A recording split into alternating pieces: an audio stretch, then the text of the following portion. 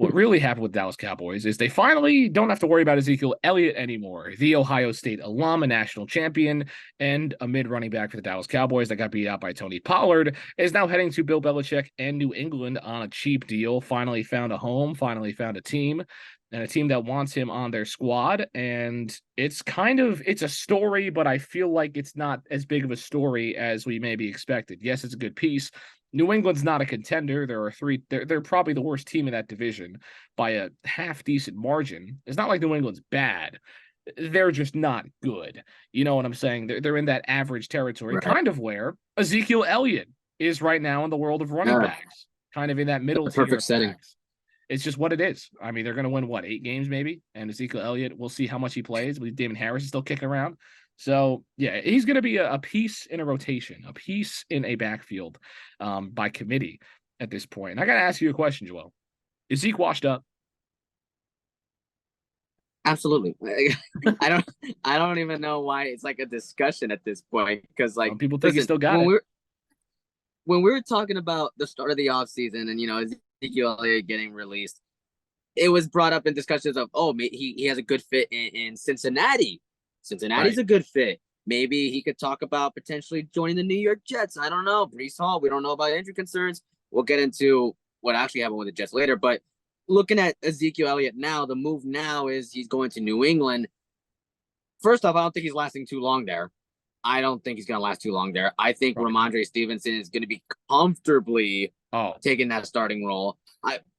I will say though, if sooner, yeah. yeah, big Sooner. I loved him if on I loved him on OU. if this man Ramondre Stevenson even gets like a third of the snaps, I think New England's going to see very quickly that clearly Ramondre is the direction to go in, and Ezekiel Elliott's going to be moved down to. I don't even know who the second string is. It still Damian Harris? I believe he's still there. I'm gonna double check that. Yeah, That's just more on Damian Harris, I think. I think Yeah, he's Damian on the Harris Bills would now. probably That's what it have was. I more. knew he wasn't on the Patriots. He's on the Bills now. So Right, it's gonna be he Ramondre is and on the Zeke. Bills. So Zeke is just Damian Harris at this point. Oh, he's going back to 15 though, so he's cool. But he's just Yeah, gonna he is going back to back 15. up I saw for that old Ramondre, college number. which is cool. I mean, Zeke was an absolute baller in college, and he was always a baller. And we're just kind of making fun of how his career turned out. He made a great amount of money. He had some great years in Dallas, amongst one of the best offensive lines we've seen in a while. But Yeah. as we've seen, I mean, Saquon Barkley and the Giants, I mean, their discussions have to look at this guy right here. And when you talk about contracts, I mean, this is the example of what happens to running backs. They kind of just pitter patter out, and it happens quick. I mean, it's really just like a night and day. It's like you wake up, snap your fingers, and the talent's just gone, or it just slowly fades away, but you see it coming from a mile away. I don't think that'll happen to Saquon, but it happened to Zeke, and it's happened to a ton of running backs, and now he's in New England in a non-win situation and wasn't even considered to be brought back by the Dallas Cowboys. We have talked about this like so many times when it comes to running backs and like, their Yeah, peak when it comes to like, re-signing them when they're starting to approach their 30s. It's like, I don't know if it's a smart move. I don't know how good of a move it is. This is part of the reason why it's not a good move. right. Ezekiel, I mean, the Cowboys were so willing to just cut him, not trade him for anything. I don't even think he had any trade value at that point. None. Let him go. And then, I mean, I understand he got signed, but look how long it took for him to get signed. A running back of Ezekiel Elliott's caliber, you would think, oh yeah, he's gonna get picked up within like a week, 2 weeks. It took what, months? Like 2 months at least. Yeah, it took a It while. had I to mean, be the somewhere season around started that. in a month. The season starts in a month, Yeah, it and took like almost 2 months. And I'm like looking at him now and seeing the situation that he's in. I mean, good luck to him. I think it's a good move for Zeke to even be on a team. yeah, It's good for him to at least like be part of an organization that is not necessarily relying on him, if that makes any sense. right. There's no pressure It's on good. Zeke, I feel. No, there's no zero pressure on him. I don't think there's any pressure at all. But when it comes to it as a move for the Patriots, that's where I'm struggling. Like, I don't see why you had to do this move. This seems kind of weird. I I mean, don't like that's just me. this is also Bill Belichick we're talking about. He sees talent. He's Oh like, no, look, yeah. He's like, yeah, we'll give him a shot. Okay, we'll see what happens here. So that's Bill Belichick. That's the Patriots. Whatever. I don't think we're really going to think about this too much more. But moving on to running back signing that I think actually matters quite a bit. You have Dalvin Cook heading over towards the New York Jets, and he took about as long of a time to sign with the team. However, Dalvin Cook, based on last season, what we saw, he's still got something left in the tank for sure. He's 28. Obviously on the wrong side. It's what 28 for a running back kind of feels like 34 for a quarterback at this point. But regardless, right? 28-year-old running back, still got plenty of talent, and he's in a great system. Dalvin Cook signing with the New York Jets. And you mentioned Breece Hall. You mentioned, a lot of running backs coming back from ACL injuries. You saw it with Saquon. I'm not a hater of Saquon. You're just such a great example of what a running back story is. He's gone through everything at this point for a running back when you think about it. But, Dalvin Cook's also been through the ACL situation. So Breece Hall should be able to get some good advice from him as well. But Dalvin Cook is kind of filling in that starting role, one would imagine. Zeke's not really sliding in as a starter right away. Dalvin Cook feels like a starter, especially if Breece Hall isn't going to be the guy right away. He's still recovering. They can maybe even sit him for a couple weeks if he still needs it. And you also picked up a great guy in Israel Abanikanda. You have Michael Carter, who's a phenomenal receiving back. So the Jets, to me, might have the best running back room in the NFL now. I mean, in terms of just totality. Right? Maybe not the star power, but if Breece Hall is anywhere close to what he was, this is the best running back room in the NFL this year. I mean, it's insane. This just kind of felt like a luxury. It felt like a yacht getting a new whistle to this running back jet running back room. To me, that's what it feels like to me. I don't know what you think, Joel. We haven't really talked about Dalvin Cook too much, but I still see him as a star in the NFL. I mean, maybe on his last couple of years of being one, but I think this is huge in terms of their offense. Yeah, I mean, looking at Dalvin Cook from 2 years ago to last year, you can see the dip. Yes, absolutely. You can see the little bit of regression in his, especially his burst. You can see just by watching him, he looks a little slower, just a little bit. Maybe it's a lot more easier for guys to tackle him than it was 3 years ago. Look, you could tell that the regression is there now. And he just had surgery in the offseason for his shoulder, by the way. No, yeah, I know. But I do think the move was good for Minnesota because I do think Alexander Mattison is going to have a really good year this year. That's just me. I'm really high on Alexander Mattison. And I understand why Minnesota would let Dalvin Cook go.